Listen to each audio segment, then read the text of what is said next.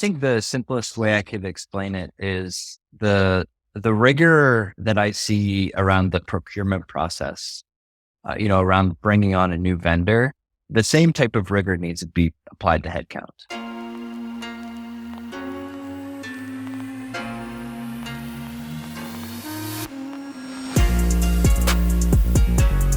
We're the Headcount people. Our podcast talks about all things headcount management, and our guests are the masters.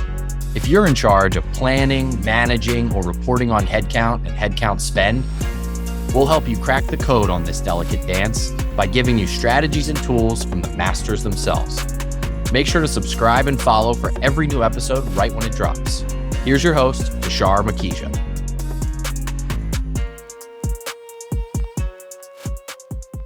Hello, everyone. My name is Tushar Makija, and I am the CEO of Team Ohana. And today we are with my good friend, Jeff Merlin, who is the Senior Director of Strategic Finance at Harness. And this is our episode of the Headcount People. Welcome, Jeff. How are you? Hey, thanks. It's good. Thanks for having me, Tushar. I appreciate it. So, Jeff, for our audience, why don't we start with an introduction? A little bit about yourself, about your career, as well as your current role at Harness. Sure. Yeah. So my current role right now, I'm the Senior Director of Strategic Finance, and I've been here for about 3.5 years. Prior to that, I was running FP&A at a company called One Login. And then even before that, I started my career at Gap Inc. When I joined Harness, there was about 125 people. They just raised their Series B, and our CFO, John Bonney, was starting to build out his, G&A function under leadership under him. And so, we were probably in the unique position where we were able to get started quite early in building out that function. John was actually our first hire. And so, I was hired probably 3 months after him. And we were pretty small company back then, but now we're, closer to 800 people and raised our Series D. So 120 to 800 people and Series B to Series D. And and as Senior Director, what does your team look like? Yeah. So my team, I've got 4 people on my team. 2 people focused on go-to-market side of things. One in particular focused on commissions. And then one person focused on kind of corporate, general, financial model, that kind of thing. And then one person focused on R&D and marketing. And that's an interesting ratio. Is it a shared responsibility across the finance managers to take care of headcount? Yeah. So the way we try and structure it for my team is we try and align them to the departments and ultimately the executives, so that whenever anybody has questions around, whether it be headcount or expenses or what have you, they know who to go to. But then they also have kind of different responsibilities, whether, different financial models that kind of keep it more fresh versus just doing expense and headcount planning. So, Jeff, thanks for giving us a good overview of how the company is set up, how your department is set up. Now let's get into the core concept of headcount planning. Let's start at the highest level. Why do you think headcount planning is important for companies to invest in?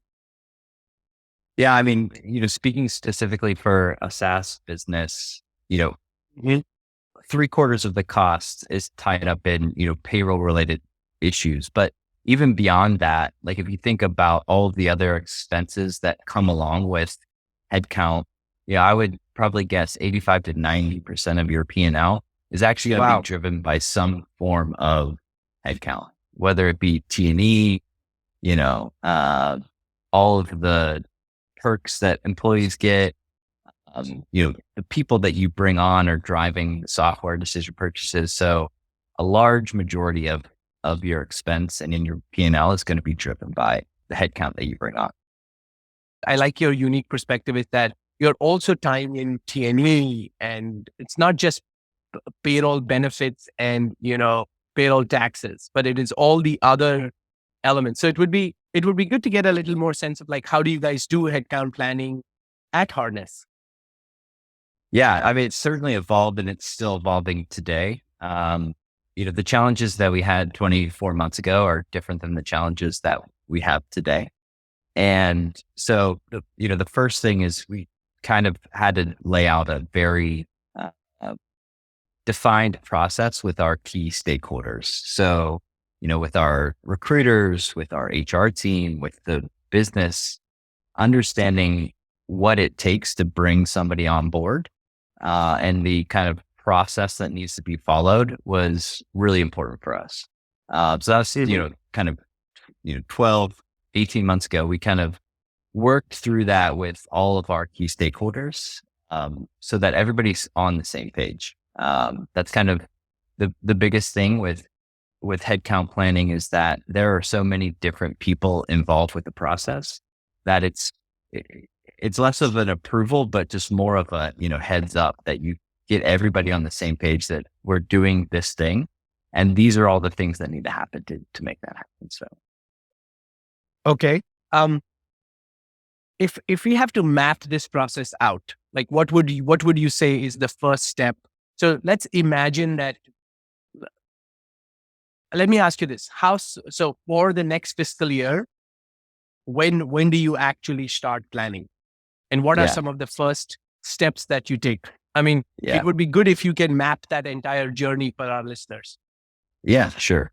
So hopefully this isn't an unpopular opinion, but it's my belief, like the actual creation of a rec inside of the financial model actually lives within the financial model of the finance team. It doesn't live in your HRIS. It doesn't live in the ATS. It's generated by, somebody in finance inputting that row or what have you into the spreadsheet.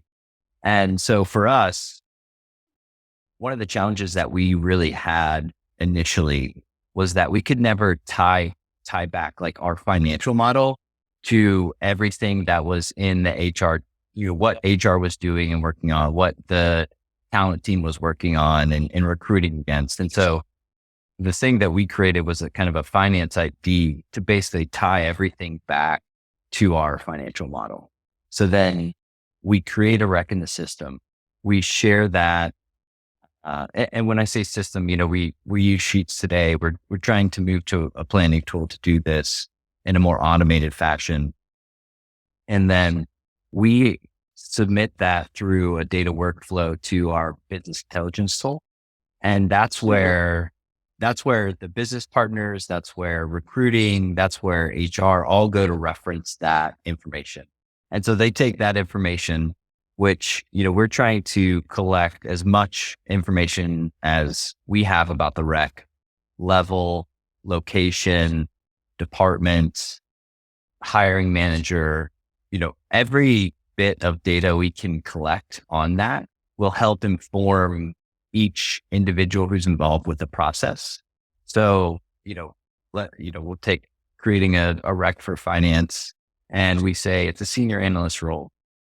Well, that senior analyst role needs to have a job code that we can reference that our total rewards team has given us, so that we can input the budget dollars that they've set for the midpoint range of that role.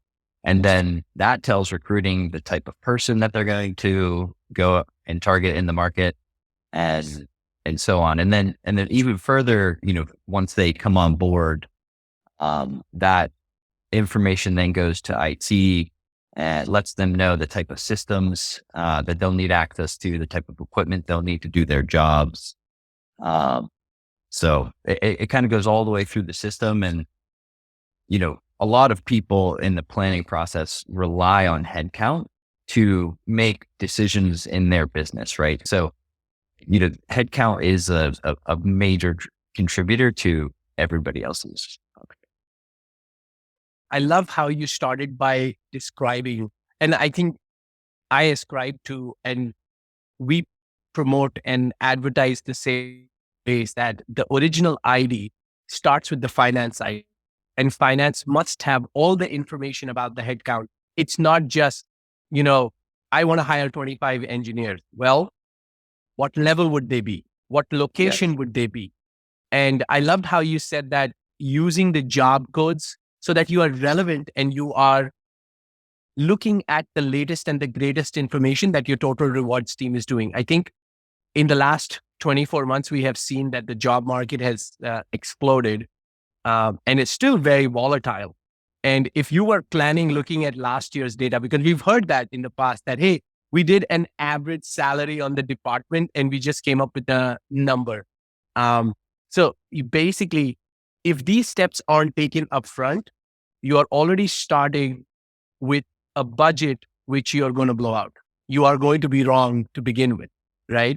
I want to talk about like, what is the envelope or guidance that you provide to different leaders of the company? And maybe let's start with your CEO. What is Jyoti giving you as an envelope, as a framework that you can then relay out to the different departments before you even get, any headcount request from them? The envelope starts at, essentially growth rate and burn. And like, what are we comfortable at? What are we targeting? What are our investors expecting of us? And that's kind of like the very broad envelope. Mm-hmm. And then like you then like start to create envelopes for each of the departments. And so like, if you think about sales, there's a envelope where, yes, they have a revenue target, but there are capacity plans that you have to build to get to that target. And so like the envelope is dictated by the capacity plan. And then we try to be as scientific as we can, with obviously flexibility built in, but we try to be very ratio based in the roles that we can around capacity and sales engineers and the like. And we do the same thing on the engineering side, and it's less revenue focused, but it's more product focused and what we want to go and build. And we have a pretty detailed model on when we're building a new product, how many engineers do we need? How many UX designers do we need? What are the ratios of PMs to engineers, et cetera, so that we can then be a lot more accurate in whenever we want to build a product, knowing what the cost is going to be. See, that's why, Harness is at that elite level of companies that we all aspire to be, because you all have done the hard work of coming up with these ratios and coming up with these variables that you can plug and play to actually lead to, okay, what would it really take? It's testament that you all ship features fast enough and also hit your revenue targets. But give us a little glimpse on, because going back, you've been here from 120 employees now to on 800 employees, right? Did you start with some standalone benchmarks or best practices from companies? Did you use your past experience, or how did we come up with these ratios? Fortunately, like, obviously Jyoti's like been very successful in his career and has a lot of knowledge, and we did rely a lot on him and our engineering leader on their experience to kind of build out those ratios. They've shipped a lot of products, so they kind of know what it takes to operate those. And then on the sales side, we're definitely much more tied to the unit economics of the business. So what is the CAC we can afford and expect? But then also what's the, with a kind of ingredient of our industry and our market, and like how complex of a sale it is. And so we're not looking at like the Pacific Crest survey and just using that, but we reference that just as a sanity check to make sure, are we in line with, other companies? But we really rely on both our internal teams and their experiences, but also just our current market and where we are today. Great. From the top of your head, would like, let's say it's an enterprise sale, average sales price is upwards of $100,000, I would say. What are some of the ratios to consider for BDRs to AEs to sales engineer, and then product managers to engineers? Yeah. So on the engineering side, we're looking at a ratio of like between 12 and 15 to 1 of engineers to Okay. product managers. And same thing with UX, by the way. It's not something that we do like Mhm. 12 to 15 to 1 for both of those. Um, and then docs, we have like 20 to 30 to 1 on docs team. And that's kind of like the unit we build. And then within even the engineering team, we have like a rough estimate of, how many principals or how many staff and how many senior level folks we would need to go out and launch that product. Right. Because I mean, if you just take the average, sometimes that could be wildly off. We also have a unique challenge of being international focused. So that is, we have offices in Bangalore, in Belfast, obviously across the US and in Brazil. And so we do have that added complication of understanding the markets that we're in. And that also has a big factor of how many, individuals it would take to build a product or the cost of it. And, on the sales side, we're typically looking at, 2 or 3 to 1 on sales engineers. We're looking at, for our BDR team, we very much look at pipeline, as an output metric, and not necessarily how many BDRs per, sales rep, but we're looking at like how much pipeline we can expect them to generate. Where, span of control is another, big thing to, consider, wanting folks to have, 6 to 7 to potentially up to 10, and, kind of employees per manager, but it kind of always depends on the function and frankly, the manager control themselves. That's great. So I want to summarize first is that I think the key insight I heard here was it's not just about the ratios around pipeline, around coverage between engineers, but it is also about org design, because two key things that you said, which really resonated with me, is that number one, you want to make sure about span of control as well. You need to make sure that, we have a manager in place for every 7, 8, 10 employees, depending on the composition of the team. And then also look at the composition between senior to junior to mid-level, whether it's engineering or in sales, because that can also affect output and result in requesting more heads or more expensive heads. And I think we mentioned Jyoti's name a few times, and we were being very, presumptive that if only people in Silicon Valley are going to be listening to our podcast. But I'll give 1 minute. So Jyoti Bansal was the founder of AppDynamics and sold the company to Cisco one day before it was going IPO. So that's the story to tell. And that has been serial entrepreneur, investor. I think he's currently co-CEO of multiple companies. Traceable, yeah.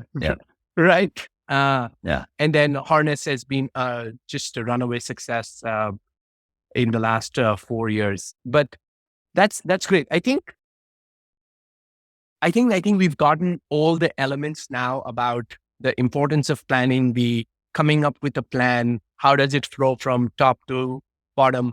Can you add a few more logistic steps about, okay, you have a plan, you created this, you pushed it out to your business intelligence system, but how are people, this plan was done, let's say at the beginning of the year. There are changes to the plan, there are adjustments to the plan. What are some of the best practices that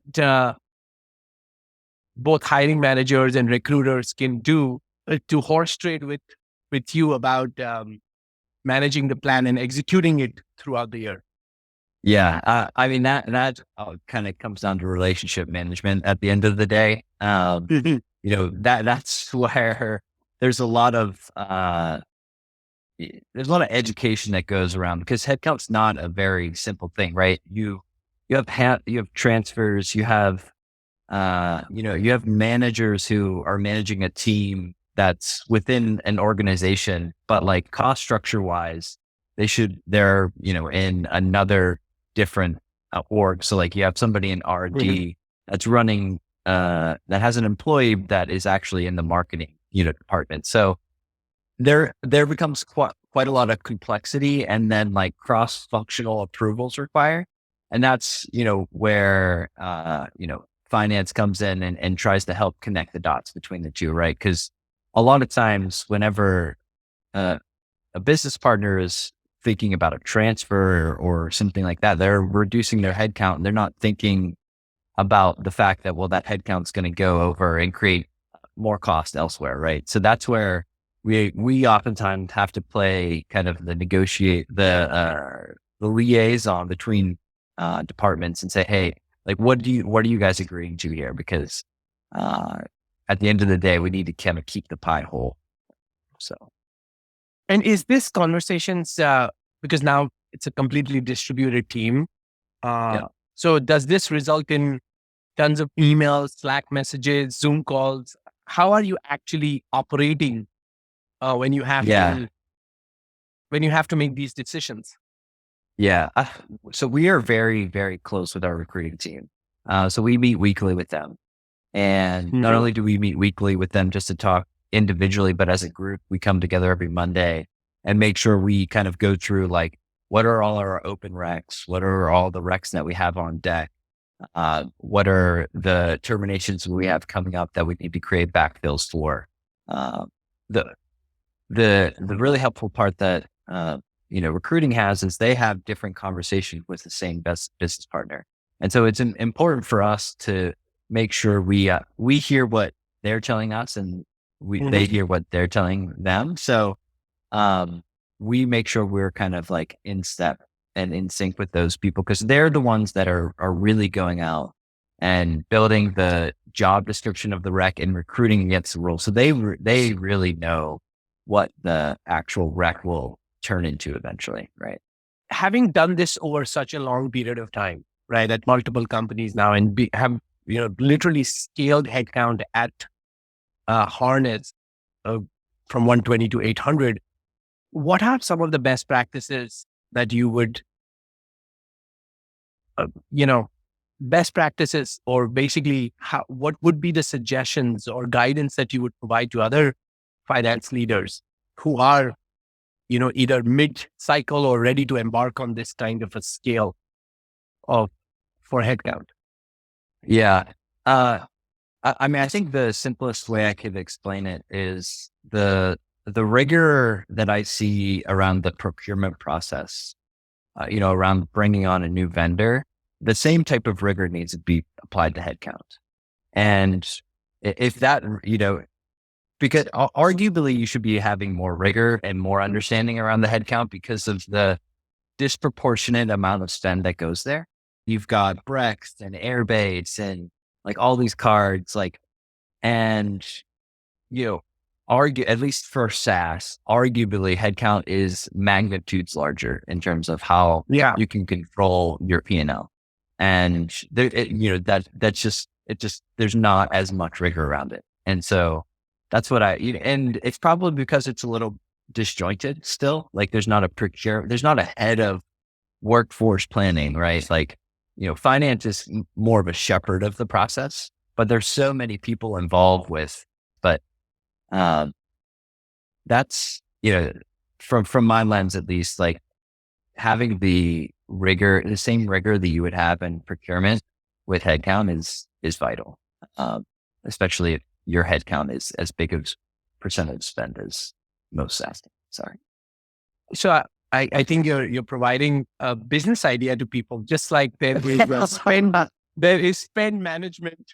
Are you saying there is an idea that someone should go build headcount management? I'll write that down. I'll write that down.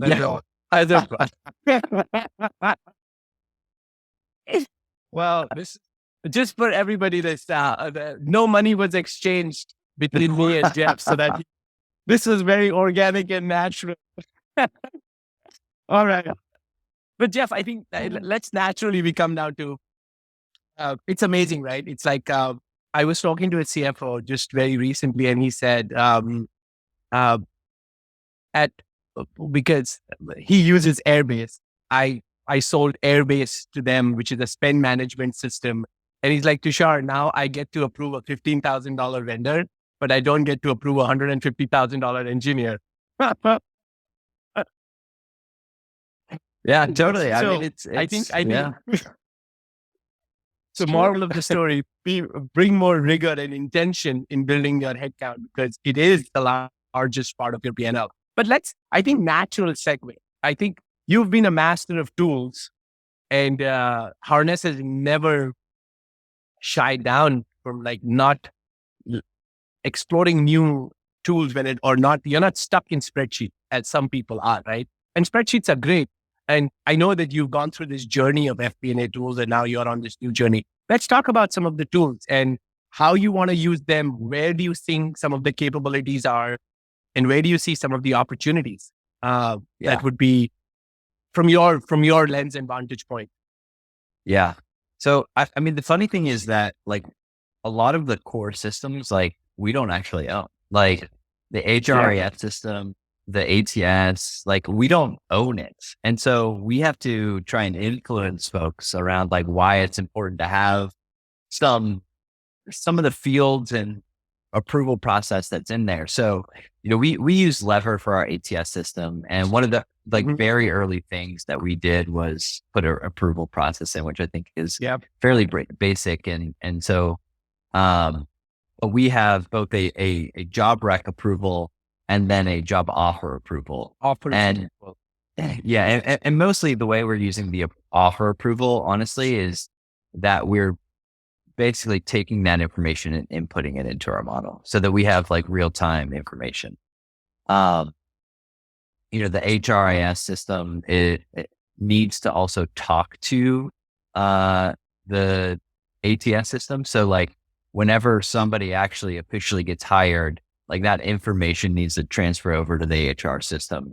And a lot of what we're doing actually today still is managing some of that gap on the time it takes between kind of somebody being hired, offer being made, and then making it into our HRIS system. And the reason for that is we try and provide a real time visibility to our executives on where we are with headcount. So we have active headcount, we have pending starts, we have pending attrits, we have job offers about to go out. So we have a fairly robust category, like almost as robust as like you would think about your sales pipeline stages is kind of how we think about also the headcount. So that's one area that we've influenced and not necessarily owned. For us, we do still do primarily all of our planning inside of Sheets. And we're starting to see the limitations of it. And we're trying to build out a planning solution and put all of that information in there. And that's mostly just so that we get off of spreadsheets. And the challenge is like, whenever you have like department changes and all these other things, it's much easier to load your HR data and then build off of that versus like having to like go and copy and paste it into your model and things like that. So we can stay as fresh as possible. And then I guess the last piece I would say is like go to where your business partners are. So like we try, most people like hiring managers in our company have access to our BI tool. That's where they will go and see the information relevant to their departments. We're trying to also push that data into Lever so that they have all of the information. And we actually collect that, like Lever produces an ID so that we put that into our model so that all the systems have a unique ID across each other. And we can reference that and kind of trace that rec throughout the process. So. How much time is your team spending in getting all of this right? And I'm thinking like, it's like, data synchronization is a challenge. Workflows is a second challenge. And then modeling everything and keeping real-time visibility for everything is a third challenge. And I know that the FP&A software is the most appropriate to solve the third part, which is the real-time visibility by syncing HR data, syncing ATS data. But what about the first two parts, which is data synchronization and the workflow? where do they sit today, and where do you imagine they sitting in the future? Yeah. I mean, as far as the workflow is concerned, like it's a collaborative process between, us and recruiting, us and the HR business partners. Um, Mhm. there's process that they own, that we're just, approvers on, and there's vice versa. Um, and so, it, it would be great if there were like a one platform kind of like manage that entire process and get everybody's kind of input on the whole hiring process. But today it's still a little bit disjointed where, we have lever approvals for job recs and job Mhm. offers. Any like compensation changes or anything like that is measured in the HRIS system. Mhm. So it's still a little bit disjointed today. Uh, but I'd say overall, like reporting wise and how much effort we're spending, we have most of it on kind of just like update mode, really. So our teams, they spend probably a couple hours a week just making sure that the headcount data in our models are up to date. And then we meet 30 minutes every Monday with recruiting just to make sure everything's tied off. And, probably 12 months ago, that meeting was an hour and it was extremely painful. And it was like Mhm. a lot of miscommunication between like, what does this mean? And what does that mean? And, you know, my team put in a lot of effort to make sure that they got those business partners on the same page as us. And now I mean, 30 minutes is probably generous. We probably go through it in 10 minutes today just to make sure everything's aligned. So it's a much more palatable process. And that's awesome, right? It's like I have to understand that, yes, it is a hard problem to solve, and you put in time, money, effort to get it solved. Like, how would you quantify the cost was it just more people? Was it more systems? Yeah. How did you get to this wonderful update mode state of 10-minute meeting? Yeah. So, I mean, I think the biggest thing was connecting our spreadsheet, which is usually disparate and off Mhm. into silo land, and connecting it to a data warehouse, which is our BI tool. And Okay. so then like anytime we make an update in our spreadsheet, it pushes to our BI tool. Now there are challenges with that. Like we're running into some issues around like how we are discreet about like the changes we make, and how do we then disconnect between changes we need to make, but we're just like scenario planning kind of thing.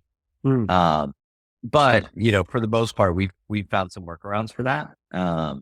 But yeah, so that was the biggest thing for us, because now we don't have to share a spreadsheet with somebody. And Right. there's so many spreadsheets out there. It's just like, no, go to this dashboard. You'll see it. You can't edit it, but you can consume the information. And Okay. then we can set up like the security controls necessary where, if you're in R&D and I'm in G&A, I can't see the R&D recs and you can't see the G&A recs. So Yeah. So there is like, if you need the infrastructure that you have to build, is you would need to build this connected spreadsheet that talks to a BI tool. The BI tool must be, I would say, elaborate enough to support access controls. And even then if you're doing scenarios, you don't want to publish there, because that can result in, oh, I didn't ask you to do this, or what? yeah, Why are you taking my headcount away? All right. yeah, But I think it's awesome that you, number one, you have treated headcount as a first class object and an important category of that jobs to be done. And you've invested time in the last few years to get it right. I think parting thoughts for everybody out there. We are in a new world now. It is not growth at all costs. There is no guarantee on how the next round of funding is going to come. How are you guys thinking about headcount management at the C-suite level? Give us some insights into the discussions that you are having with John and Jyoti, your CFO and your CEO, around headcount, and guiding into the next 24, 36 months. yeah. I mean, I think I'll try and simplify as much as possible, but at the end of the day, the growth at all costs model is kind of out, right? And what is in is prioritization of those headcount requests. And so from a strategic standpoint, the headcount that you're putting in now is truly the strategy of the company. So any incremental headcount you're adding at this point should be tied to the strategic investment of the company. And so, whenever we're going through headcount planning this year, it's very clear on the areas that we are going to be investing in next year and what we're going to be doing and how it ties those broader strategic objectives that the management team has. It's definitely, it doesn't, the volume is not as much obviously now, but now it's much more of a kind of a prioritization conversation. And now more than ever, it's important that you have all those attributes correct so that you give the management team as much as an accurate outlook as possible and kind of narrow that, variance range from, 5 and 10% to like 2 or 3% or even 1%, right? That's kind of the margin that you want to work with and you give them the flexibility because every point of variance that you're off is a point of variance that could have went to some other strategic objective, right? Right. So that's kind of like the end goal of like being as precise as you possibly can be, with obviously like not being like overly precise, but you want to make sure that you are giving a pretty tight range so that they can make as many investment decisions as possible. That's wonderful. So I think bottom line is that you are hiring for a head of workforce planning because you already do have someone head of procurement. Yeah, for sure. Sure. On that note, thank you so much, Jeff, for being part of the Headcount people. I think this is going to be a great episode and a lot of learnings and a lot of cool insights from this beautiful 4 or 5 years that you have spent really, really, really nailing down headcount. So thank you so much for spending time with us. Thanks, Uchar. I appreciate it.